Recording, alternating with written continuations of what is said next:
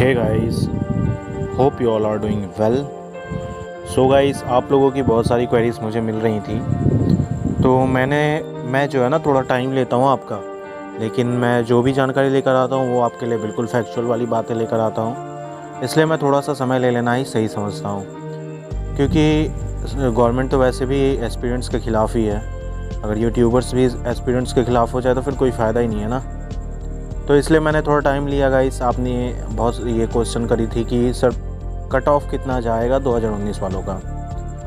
तो गाइस इस वीडियो में मैं आपको ये क्लियर कर दूंगा कट ऑफ आपकी कितनी जाने वाली है, और ये 99% मैं आपको करेक्ट इन्फॉर्मेशन दे रहा हूँ। 1% इसलिए क्योंकि मैं कमीशन में हूँ नहीं, तो मैं आपको 100% कन्फर्म कोई भी चीज़ नहीं बता सकता। इनफैक्ट कोई भी नहीं बता सकता। मैं आपको 99% सही बात बता रहा हूँ ये, ठीक है। तो स्टार्ट करते हैं अनरिजर्व कैटेगरी से, ग्रेड सी से। तो अनरिजर्व कैटेगरी यानी कि जनरल वाले एस्पिरेंट्स, जितने भी जनरल एस्पिरेंट्स हैं उनके लिए ग्रेड सी में गाइस, ग्रेड सी में जो कट ऑफ जाने वाली है वह 160 प्लस जाएगी, ठीक है। 160 प्लस इन द सेंस 165 तक अगर आपकी है नंबर, 165 तक अगर आपकी नंबर है, तो मैं आपको ये गारंटी दे सकता हूँ कि आपको स्किल टेस्ट के लिए बुलाया जाएगा ही जाएगा, ठीक है।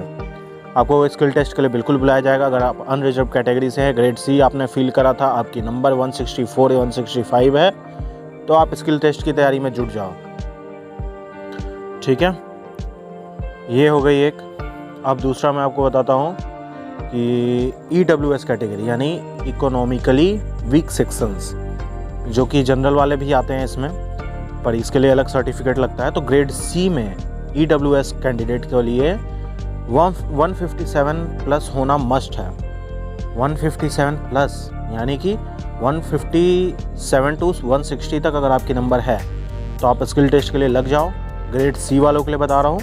और अगर ग्रेड डी के लिए आपने फील करा है सिर्फ, और आपकी जो नंबर है ये 135 टू 140 तक के बीच में है, तो आप स्किल टेस्ट के लिए लग जाओ। आपको स्किल टेस्ट के लिए बुलाया ही जाएगा, ठीक है। और अगर इससे नंबर कम है तो मैं आपकी होप नहीं तोड़ रहा हूँ, और मैं ना ही मैं कोई कमीशन का बंदा हूँ, ठीक है। मैं आपका होप नहीं तोड़ रहा, बस जो मैं आपको बता रहा हूँ ये मैं डेटा अपनी एनालाइज मैंने करी है, और कुछ स्टूडेंट्स से मैंने बात करी है, और कुछ अपनी ऑफिशियली बात करी है।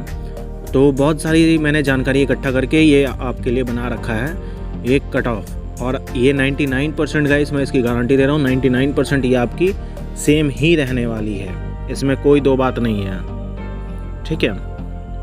तो ये जैसा कि मैंने बताया आपको, EWS कैटेगरी के लिए ग्रेड डी वालों के लिए 135 टू 140 के बीच में अगर है तो स्किल टेस्ट की तैयारी करो, और अगर नहीं है तो आप स्किल टेस्ट की तैयारी 40% करो, बाकी आप 2020 वाले एग्ज़ाम के लिए प्रिपेयर हो जाओ, ठीक है। ये हो गया EWS सेक्शन। अब अनरिजर्व कैटेगरी के लिए ग्रेड डी में अनरिजर्व कैटेगरी के लिए अगर आपकी नंबर 147 टू 150 तक है, ग्रेड डी में 147 टू 150 तक है अनरिजर्व कैटेगरी वाले स्टूडेंट्स की, तो आप स्किल टेस्ट के लिए जुट जाओ। आपको स्किल टेस्ट में बुलाया ही जाएगा, ठीक है। अब बात करते हैं गाइस SC कैंडिडेट्स के लिए। SC में अगर आप ग्रेड सी के लिए, माफ़ कीजिएगा, OBC कैंडिडेट के लिए, अगर आप OBC कैंडिडेट हो और आपने ग्रेड सी में फील करा था और आपकी नंबर अगर 158 टू 160 के बीच में है, तो आपको स्किल टेस्ट के लिए बिल्कुल बुलाया जाएगा, ठीक है। ये लिख कर रख लो, स्टेनो मिनिस्टर ने क्या बोला है, ठीक है। इसे सेव कर लो, इसे स्क्रीनशॉट लेना चाहते हो स्क्रीनशॉट ले लो, यही होने वाला है। स्किल टेस्ट के लिए बिल्कुल बुलाया जाएगा। अब बात है ग्रेड डी की। तो ग्रेड डी वालों के लिए मैं बता दूं 145 प्लस OBC में, OBC कैंडिडेट की बात कर रहा हूँ, ग्रेड डी के लिए 145 टू 150 है, तो आप मेरिट तक जा सकते हो, ठीक है। अभी तक मैंने स्किल टेस्ट बोला था, इसमें थोड़ी सी चेंजेस ला लो आप। मेरिट तक मैं बात कर रहा हूँ, मेरिट तक की बात कर रहा हूँ, ठीक है। 145 to 150 अगर है ओबीसी कैंडिडेट्स हो, आप ग्रेड डी में आपने फील करा है 145 to 150 है, तो आप स्किल टेस्ट तो आपको मिलेगा ही मिलेगा और आप मेरिट तक जा सकते हो। ठीक है, अब आते हैं एससी कैंडिडेट्स के लिए। तो अगर आप एससी कैंडिडेट हो और आपने ग्रेड सी के लिए फील करा है, आपका नंबर 151 to 155 के बीच में है, तो आप तैयार हो जाओ आप स्किल टेस्ट के लिए, आप मेरिट तक आप जा सकते हो। ठीक है, और मैं कोई सर्टिफिकेट नहीं बांट रहा क्योंकि कुछ नेगेटिव कमेंट करने वाले स्टूडेंट्स भी होते हैं, हर जगह होते हैं, मुझे उनसे कोई प्रॉब्लम नहीं है। बस मैं बोल रहा हूँ कि मैं ये गारंटी आपको दे रहा हूँ कि आपकी आएगी अगर इतने नंबर है तो। ठीक है, 151 to 155 के बीच में है तो आपके मेरिट तक आप जा सकते हो। ये पिछले मैंने 5 साल का डेटा एनालाइज़ किया है, उसके बाद मैं बता रहा हूँ। ठीक है, और ग्रेड डी में एसएससी माफ़ कीजिएगा, ग्रेड डी में अगर एससी कैंडिडेट्स ने फील करा है, अगर आपकी नंबर 141 143 तक भी है, 140 to 143 तक भी अगर आपकी नंबर है, तो आप तैयार हो जाओ, आपकी मेरिट तक आप जाने वाले हो एससी कैंडिडेट्स। ठीक है, ये डिपेंड भी करता है गाइस कमीशन पे, लेकिन 99% चांस है आप मेरिट तक जाओगे। अब आ जाते हैं एसटी कैंडिडेट्स के लिए। तो गाइस एसटी कैंडिडेट्स के लिए मैं बता दूं, ग्रेड सी में अगर आपने फील करा है तो आपको 147 to 150 के बीच में मार्क्स लानी होगी। और तो एसटी कैंडिडेट्स की मैं बात कर रहा था, ग्रेड सी में अगर आपने फील करा है, आपकी नंबर है 147 to 150, आप तैयार हो जाओ, मेरिट तक आप जाने वाले हो। ठीक है, और ग्रेड डी में अगर आपने भरा है, आपकी नंबर है 113 to 115 117 तक भी नंबर है, तो आप तैयार हो जाओ, आपको वो मेरिट तक आप जा सकते हो। अब बशर्ते आपकी स्किल अच्छी होनी चाहिए। ठीक है, तो ये सारी एनालाइज थी मेरी तरफ से। ये मैंने गाइस कैसे करा है तो ये भी मैं बता देता हूँ आपको कि अगर आपकी मैंने जो बताया 2-4 नंबर उससे अगर कम है आपकी, तो आप ये होप मत रखो कि आपको स्किल टेस्ट में या फिर मेरिट तक आप जा पाओगे। ठीक है, जो है मैं सच बता रहा हूँ, फैक्चुअल बात कर रहा हूँ। मीठा मीठा बोल के ठगने वाला काम यहाँ नहीं होता है, आपको पता होगा। तो ये आप मैं बता दूँ, अगर आपके 2-4 नंबर भी कम है तो आप वेस्ट मत करिए अपनी टाइम। 2020 के लिए आप प्रिपेयर हो जाइए और रेडी रहिए। ठीक है, और जितना हो सके मेहनत कीजिए 2020 को निकालने के लिए।